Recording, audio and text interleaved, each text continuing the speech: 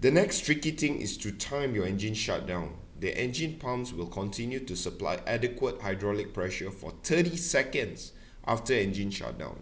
Okay, welcome back to part 2 of the abnormal landing gear procedure. Watch part 1 first before diving into part 2. Okay, let us run through the QRH checklist. There are some points to take note. Use the QRH checklist after trying to bring down the gear using gravity gear extension. Question: is it better to land with one gear or perform a belly landing? Well, Airbus recommends to use any available landing gear. A hard surface landing is recommended, and if there are foam facilities, it is recommended to be sprayed on the runway. Remember that if one green triangle is displayed on the wheel SD page, it is sufficient to confirm that the landing gear is downlocked. First item on the checklist is to notify the cabin crew of the nature of your emergency. Tell them what is the problem, what are your intentions as a pilot, and also how much time is available for them to prepare the cabin. Second is to inform air traffic control that you have this problem. That way they can make necessary firefighting arrangements for you. Galley and cabin push buttons set to off. You want to reduce the electrical load. Consider reducing your fuel. Lighter aircraft leads to lower VREF and helps you in reducing the aircraft impact on touchdown. Now, two scenarios. If your nose gear is a problem, try to move the passengers to the back of the aircraft. We want to manipulate the CG. As you know, the aircraft has 3 zones. So zone A, the forward, zone B, the middle, and zone C, all the way to the back. Moving 10 passengers from zone A to zone C will push the CG to 4% off. Moving 10 passengers from zone B to zone C will push the CG roughly 2.5% off. If your main landing gear is the problem, you have to redistribute the fuel. Open the crossfeed valve and switch off the pumps.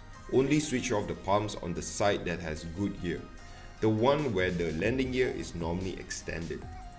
Switch off the oxygen crew supply, signs on, and ask your cabin crew to secure the cabin. All loose equipment in the cockpit must be secured. Okay, let us proceed with the approach preparation. GPWS system set to off, landing gear check down, and gravity gear extension hand crank. Turn it back to normal. Why do we do this? If we rotate 3 turns back to normal, it will pressurize the actuators and reduce the probability of gear collapse when the plane is touching down. Do not arm the auto brake. This is important. Manual braking always gives us better pitch and roll control. Also, the auto brake cannot be activated anyway if the ground spoilers are not armed. Emergency exit light on. Confirm with the cabin crew that the cabin is ready. Switch off the anti-skid and nose wheel steering to off. The reference speed used by the anti-skid is wrong because one main landing gear is not extended, and so you have to switch it off to prevent brake release.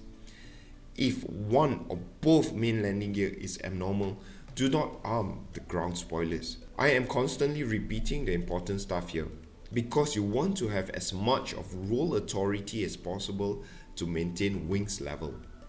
Ram air on to depressurize the aircraft fully before impact. Dome light set to dim after both engines shut down after landing. We want to be able to see the brake pressure indicator. At 500 feet, tell the passengers and cabin crew to brace for impact. The next tricky thing is to time your engine shutdown. The engine pumps will continue to supply adequate hydraulic pressure for 30 seconds after engine shutdown. If the nose gear is affected, then try to keep the nose off the runway by pitching up. Eventually, the nose will have to come down. Bear in mind, elevator control will be lost.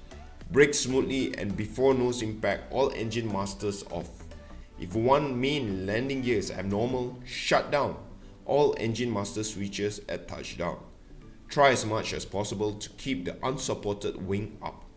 If 2 main landing gear are abnormal, then during flare, shut down all engine masters and pitch 6 degrees minimum. When the aircraft comes to a stop, set the power brakes to on, push all engine fire and APU push buttons, discharge all agents, initiate evacuation and press the evacuation command push button. Notify the passengers and cabin crew to be seated if no evacuation is required.